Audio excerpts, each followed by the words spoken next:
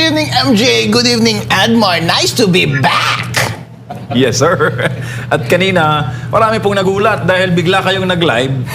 No, bigla kayong nag-live at ang plot ay nandun po kayo sa loob ng House of Representatives. Pakikwento, sir, ba't po na umabot sa punto na nagsanib puwersa po kayo, mga dating general, dating congressman, andun pa si Manong Chavit. Yeah, buddy. Dahil ang complaint na ito for impeachment laban kay BBM ay impeachment ng taong bayan. At hindi ito impeachment lamang ng isang grupo. Nandun ako kanina bilang representative ng mga Ilocano, ng mga ordinaryong Pilipino at mga elective officials sa ating bansa. Dahil sinasabi ng administrasyong ito na sa kanila pa rin yung suporta ng Luzon, ng mga Ilocano at lahat ng mga nakaupo na elective sa ating lipunan. Pero hindi po. Kami po, sama-sama, pinakamabibigat na politiko, pinakamabibigat na mga abogado sa ating bansa. May track record na successful impeachment cases. Sila Chavit, sila Mike Defensor, sila Attorney Topacio, sila ang pinakamagagaling na gumawa ng impeachment complaint. Kaya ito yung pinakamaganda na isasampasan na impeachment complaint, hindi yung walang kwentang impeachment complaint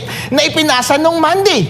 Kaya po, dali-dali kaming nagpasa ng impeachment complaint dahil pagbalik ng session ng Congress sa Monday, ay sure yan, ire-refer nila yan sa Committee on Justice. At sabi ng Supreme Court, pagkapasa ng complaint at pagka-refer sa Committee on Justice, bawal nang magsampa ng impeachment complaint ulit kasi nasa Constitution yun within 1 year. Kaya kailangan naming magpasa bago sila mag-refer sa Monday. Kaso nga lang, hinarangan kami ng Secretary General. Wala daw siya, nasa Taiwan daw siya. Under sa rules ng House of Representatives, ang tatanggap ng impeachment complaint ay yung Secretary General ng House of Representatives. Kung wala sa office, si Secretary General, meron siyang deputy at yun yung humarap sa amin kanina. Sabi niya, wala daw siyang authority na tumanggap. Hello, sir! Ang authority mo nasa batas. Ang pinagpapasahan namin ay yung opisina, hindi yung taong absent. At saka, ang sabi nga nila, noong 2017, nagsampa na rin kasi ng COMELEC impeachment case laban kay Commissioner Bautista. Merong president na ang tumanggap noon yung deputy, hindi yung Secretary General. Kaya hindi pwedeng palusot yan.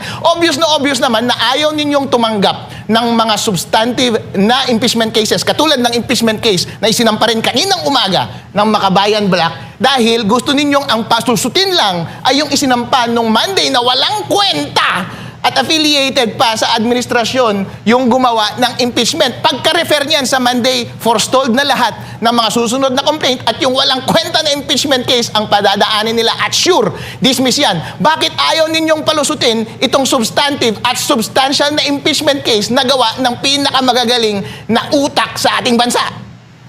Diba dapat, attorney, ministerial yan yung pagtanggap? Tama. Automatic niya yun dapat, di ba? Automatic. Ang isang public official, dalawa lang naman ang paggawa mo ng trabaho, ministerial o discretionary. Ang pagtanggap, ayon sa House rules, ay ministerial. Dapat tanggapin mo. Hindi ka pwedeng umiwas. At kapag ginawa mo na hindi tanggapin ang aming complaint, hindi ka sumusunod sa tungkulin mo bilang isang public official. Kaya sir, yung humarap kanina, meron kang pananagutan sa batas. Di ba po kaya, by nag-comment kasi kanina sa live po ninyo, attorney, sabi nag-comment at ako, baka mapapahamak yung humarap ka na Attorney Respicio at baka matanggal sa trabaho kapag tanggapin yung inyo pong impeachment case na inayain kanina. Hindi lang ba kaya yan, MJ? Sure yan! Bossing, may pananagutan ka. Hindi ka namin iiwan. Opo, attorney, marami pong nagtatanong. Ano ra po ang pinagkaiba sa grounds ng yung impeachment case na final kanina kumpara po sa impeachment case na i-final naman noong pong January 19, sir? Itong impeachment case namin ay comprehensive. Napakaraming grounds. Yung nasa Constitution, ang daming grounds na pwede. Lahat yun, tinalakay namin. Mas maganda sana kapag na-submit at na-receive yung aming impeachment complaint para meron akong liberty na mag-discuss ngayon. Pero mainly, isa sa mga grounds dyan ay culpable violation of the Constitution na nagbigay daan ng malawakang graft and corruption sa ating bansa at siya rin ang dahilan kung bakit nawalan na ng tiwala ang taong bayan sa ating presidente. Betrayal of public trust. 3 grounds kaagad yan. Sweep na sweep kaagad. Ito pa, example. Anong example ng culpable violation of the Constitution? Yes, sir. Yung mga program na mga appropriations dun sa ating budget. Sino ba ang required na mag-prepare ng budget? Ang executive. Ang executive ay nakalodge lamang sa iisang tao, ang ating presidente. Siya ang nagpatupad ng mga unprogrammed funds. Against yan sa Constitution kapag hindi specified kung saan manggagaling yung funds at walang trigger doon sa general appropriation. Pero ginagawa nilang practice yan, culpable. Ibig sabihin, sinasadya at alam pero pinagpatuloy mo pa rin, culpable violation of the Constitution. Iniwasan mo yung utos mismo ng Constitution pagdating sa tamang pag-appropriate ng unprogrammed funds. And yan tuloy, sabi nga ng kanilang mga kakampi na bumaliktad na, yun ang dahilan kaya sila nakapagnakaw at meron pang mga specific statements na may delivery mismo kay Presidente at sa kanyang mga kakampi. At yan din ang dahilan kaya ngayon ang taong bayan wala nang tiwala sa kanilang lahat dahil settled naman na naniniwala tayo na yan ang dahilan kung bakit nagkaroon ng malawakang daya sa ating lipunan. Huwag po nating sabihin na matagal na nilang ginagawa itong bagay na ito. Therefore, forestalled na tayo, bawal na nating questionin ang bagay na ito. Dahil tandaan po ninyo, yung PDAF noon, yung pork barrel, matagal na nilang practice yan. Pero sinabi ng Supreme Court, unconstitutional yan, pwede pa rin nilang gawing illegal, ideklarang illegal. Therefore, kapag violate mo yung Constitution, yan ay culpable violation of the Constitution. Ground yan ng pagtanggal, pag-impeach sa ating presidente. Pero huwag kayong mag-alala, darating din ang buong kopya ng ating complaint sa mga susunod na araw at sana tanggapin ng House of Representatives ang ating complaint at magkakaroon tayo ng kalayaan na i-discuss ang lahat in detail ng laman ng ating impeachment complaint. Bago lang po si Partner Mar, Attorney, based po sa mga nangyari ngayong araw sa House of Representatives at batay po sa kalaman nyo sa batas bilang pong abogado, ang impeachment po ba isang political favor o isa pong constitutional right? Karapatan po ng bawat Pilipino, as a matter of fact, duty ng bawat Pilipino na i-confront ang lahat ng kamalian ng ating gobyerno. At isa itong political process. Karapatan natin ito. Kaya kapag ipinagkait sa atin ang ating kakayahan na magsampa ng impeachment laban sa presidente sa pamamagitan ng ganitong mga schemes, tayo po ay pinagkakaitan ng ating karapatan. Kaya mga taong bayan, huwag po tayong pumayag na laro-laruin lang tayo at pagkaitan tayo ng ating karapatan na iproseso ang impeachment ng ulo ng lahat ng korupsyon sa ating bansa. Attorney, magandang gabi. Kanina, nabanggit mo na yung deputy ni SecGen nakausap at tumarap sa inyo. Meron ba silang ipinangako, balik na lang kayo bukas or meron ba silang ganyang sinabi? Tameme naman itong kasama nila doon sa Secretary General's office dahil ang sinabi lang niya, bossing, mag-manifesting mga kasama kanina na abogado. Ano ang basis mo sa batas? Bakit ka tumatanggi? Hindi sir, hindi sir. Sinasabi ko lang, minamanifest ko lang na hindi ako authorized. Bakit ka hindi ka authorized? Authorized ka ng batas. Hindi ka pwedeng magpalusot. Binabayaran ka ng pera ng taong bayan. Kami ang nagpapasweldo sa'yo. Bakit ayaw mong gumawa ng iyong trabaho? During kanina ba, meron bang effort siya na tawagan si SecGen at nakakuha ba kayo ng tugon mula kay SecGen sa pamamagitan na lang niya? Walang effort, effortless itong si Idol. Halata naman kasi na ayaw nilang tanggapin dahil una pa lang kaninang umaga hindi na nila tinanggap yung sa Makabayan Black. Sa amin din walang ka-effort sabi nasa Taiwan. Meron pa kang chismis na hindi totoong nasa labas ng bansa si Secretary General dahil tingnan nga natin yung Bureau of Immigration Records kung totoong nasa labas siya ng Pilipinas. Opo, bukas na po ang huling, kumbaga, ang sa weekdays natin, office days, bukas, Biyernes po at Lunes, babalik na sila. Wala ba silang sinabi na balik na lang kayo bukas and at the same time, babalik pa kayo bukas doon? Ano ba ang magiging, at least ngayon, siguro alam na ni SecGen na merong dalawang nakaumang. Hindi ba yun sapat na magre-remind sa kanya, oy, magtrabaho ka, kailangan ka sa opisina? Ang ganda ng tanong mo, Admar, di ba? Kasi kung may intention silang tanggapin ang ating impeachment complaint, di ba sasabihin nila, sorry sir, kapag pumunta ka sa Starbucks, sasabihin nila, pasensya na sir, balik ka na lang bukas kasi wala yung boss namin dito. Balik kayo sa Monday. Wala man lang ganun na courtesy. Kung may intention kayong tanggapin, bibigyan mo kami ng convenience na advice na babalik sana kami bukas o sa Monday para mag-file. Pero hindi nila ginawa yun. Intention talaga nila na wag tanggapin ang aming complaint. Mukha naman kaming tanga. Kung babalik pa kami doon bukas at ipipilit namin na tanggapin, ngayong araw na nga ito mukha kaming tanga na nag-file at hindi tinanggap. Siguro nasa kanan nila yung bola nila ngayon. Pwede ba kayong tumawag sa amin ngayong gabi o bukas ng umaga? Papuntahin nyo kami dyan. We will take your word. Magpapasa kami ng impeachment complaint dahil hindi kami papayag na hindi mapanagot si Presidente BBM dito sa malawakang korupsyon sa ating bansa. Hindi na ito kumbaga yung follow-up hindi lang basta text hanggang tawag, kundi mababasa na talaga ni SecGen mga balita na meron siyang hindi natanggap na mga complaint. No, ngayon, if ever po, attorney, na hindi pa rin tatanggapin hanggang bukas, ano po yung nakikita niyo po dito? Ano bang napag-usapan ninyo na maaaring susunod ninyong hakbang kung pwede ninyong ilahad?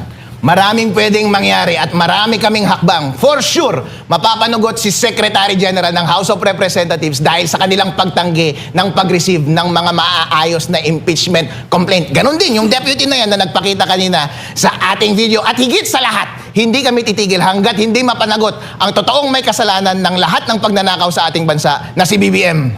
Opo, dito naman po kasi parang hindi natutugma doon sa naging panawagan mismo ng Vice Chairman ng Committee on Justice nung nakapanayam namin siya dito sa SMNI, talagang naghihimok pa sila after nitong isang yung pinakaunang impeachment complaint. Naghihimok pa sila, sa lahat ng may mga complaint ba dyan, maghain na kayo. Yet, marami na, dagdag na dalawa yung naghain. Yun nga, sad to say, hindi kayo napagbigyan na tanggapin yung complaint. Mga mambobola lang tong mga ito. Hoy, hindi nyo kami girlfriend para bola-bolahin. Kung talagang sincero kayo sa inyong pangako na tatanggapin nyo talaga, dapat tinanggap ninyo yung 2 impeachment complaint na maayos ngayong araw na ito. Mga sinungaling kayo. Opo, doon po ba sa naging paliwanag or pahayag ng Supreme Court, yung kanilang decision ukol nga po dito sa impeachment complaint, ano po yung mga malilinaw dito na nakasaad sa tingin nyo po na parang hindi nasunod dito sa nangyari po ngayon? Malinaw sa House of Representative rules na kapag mag-initiate ka ng complaint, kailangan mong i-tender or i-file sa Secretary General. At yun ang ginawa namin. Lahat po, in form and substance, kompleto po ang aming impeachment complaint. Bakit hindi ninyo tinanggap? Ang duty na yan para tanggapin ay ministerial. Maliwanag na maliwanag sa batas na hindi ninyo ginawa ang inyong trabaho. Kahit siya mismo kanina humarap siya doon sa camera, wala siyang maibigay na paliwanag, walang basehan sa batas kung bakit siya tumanggi na tanggapin ang maayos na impeachment complaint. Parang wala ata siyang choice sa attorney kung tatanggapin niya, baka mawalan siya ng trabaho. Pag hindi niya tatanggapin, baka mawalan din siya ng trabaho. Hindi pwede, hindi tayo pwedeng magduwag-duwagan. Dahil ang nakasalalay dito ay ang kinabukasan ng ating bayan. Ang unang tungkulin po natin ay sa taong bayan, sa publiko, hindi sa presidente, hindi sa bossing natin. Kaya kapag sinasabi ng batas na tanggapin mo ang impeachment complaint, tuparin mo ang iyong trabaho at tungkulin. Opo, dito tayo sa proseso, sir. Sakali man na tanggapin na ito, either bukas ba, at isasama ito, ikakalendaryo ito ng speaker, ano po yung next na proseso po niyan? Kasi halimbawa, kung tatanggapin itong tatlo, sino po ang magsasabi kung saan dito sa tatlo ang uusad? Pag-iisahin ba ito? Sa inyo po pagkakaalam po, attorney? Sa Monday, ang House of Representatives, ang na-anticipate namin ay dapat nilang i-refer ang lahat ng impeachment complaint na na-file sa Committee on Justice. Yun yung customary at yun ang ina-expect namin. Kung meron man kayong gagawin na kalokohan, saka tayo magtatapat-tapat kapag ginawa nyo na ulit yun. Opo. At ang tanong dito, kasi yung unang, kung masasagot nyo po or pwede nyo rin hindi sagutin, attorney, dun sa unang naghain ng complaint, isang party list representative ang parang nag-sponsor, nag-endorso nito, no? Sa katauhan ni Congressman Nisay, na sinasabing kabilang dun sa tinagurian ng ICI ng mga contractors daw. Dito naman sa pangalawa sana, ngunit hindi tinanggap yung Makabayan Block. Tapos, itong pangatlo po, wala po kaming narinig. Meron po ba or sino po ang magiging endorser nito?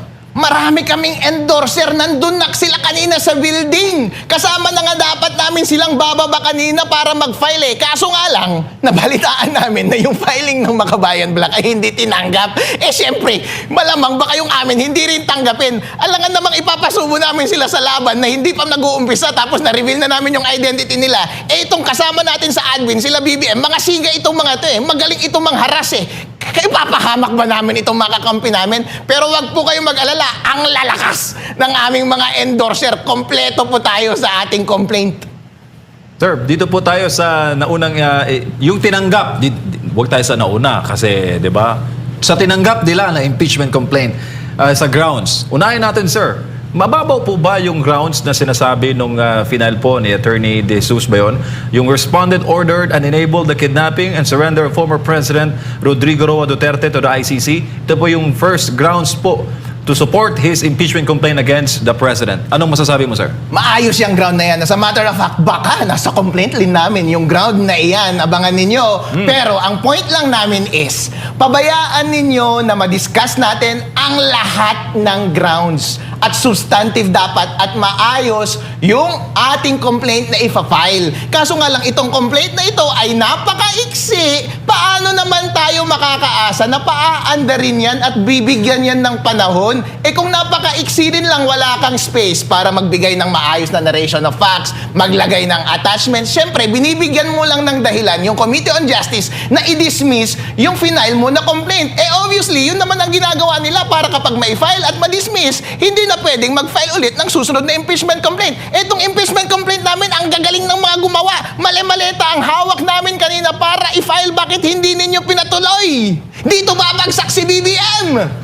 Oo, at for the record, sir, ay sinubukan namin ng SMNA News na kunin po ang pahayag ni dating PCO Secretary, ngayon po ay House Secretary General Cheloy Garafil, at sa mga oras na ito ay hindi pa po namin nakukuha, pero nabasa niya na po ang aming mensahe para po mabigyan din siya ng patas na panahon na sabihin naman ang panig ng House of Representatives sa mga paksang na ito na napaka-importante, attorney, sa araw-araw na pamumuhay ng ating mga kababayan. Yun, baka out of the country pa, idol. Kasi sabi nga ni Atty. Topacio kanina, hindi ba't illegal na pumunta sa Taiwan ang mga public officials dahil sa ating One China policy? Isang kalokohan na naman na ginagawa nila ito. It's either illegal na pumunta siya sa Taiwan or hindi totoong pumunta siya sa Taiwan. Hindi natin alam.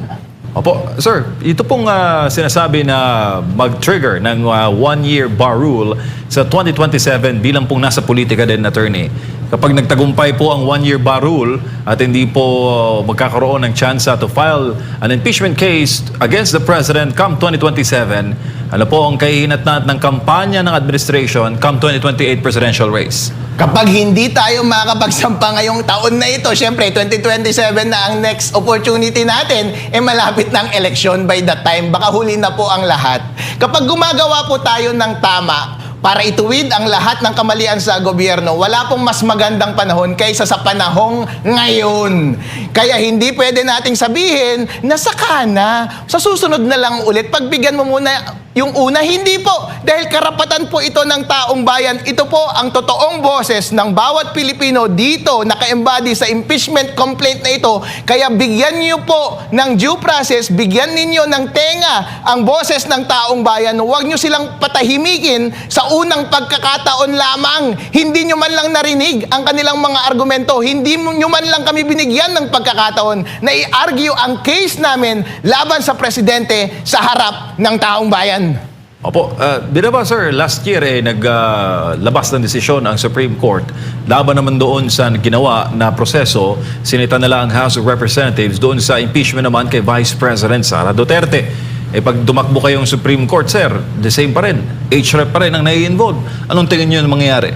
Hindi natin alam kung anong nangyayari sa ating gobyerno ngayon. Ang alam lang natin ay mahilig silang gumawa ng kalokohan. Pero please lang, sa pagkakataong ito, sir, pagbigyan nyo siya na yung impeachment complaint laban kay BBM. Hindi pwedeng sunod-sunod ang mga ginagawa ninyong kalokohan laban sa taong bayan. Ito na po ang tanging boses ng bawat Pilipino, ng buong Pilipinas. Wala nang iba silang pagkakataon na maayos para idulog ang kanilang mga hinaing, kundi sa pamamagitan lamang ng impeachment complaint na ito na maayos. Bigyan niyo po sila ng pagkakataon at huwag niyo silang pigilan sa una pa lamang.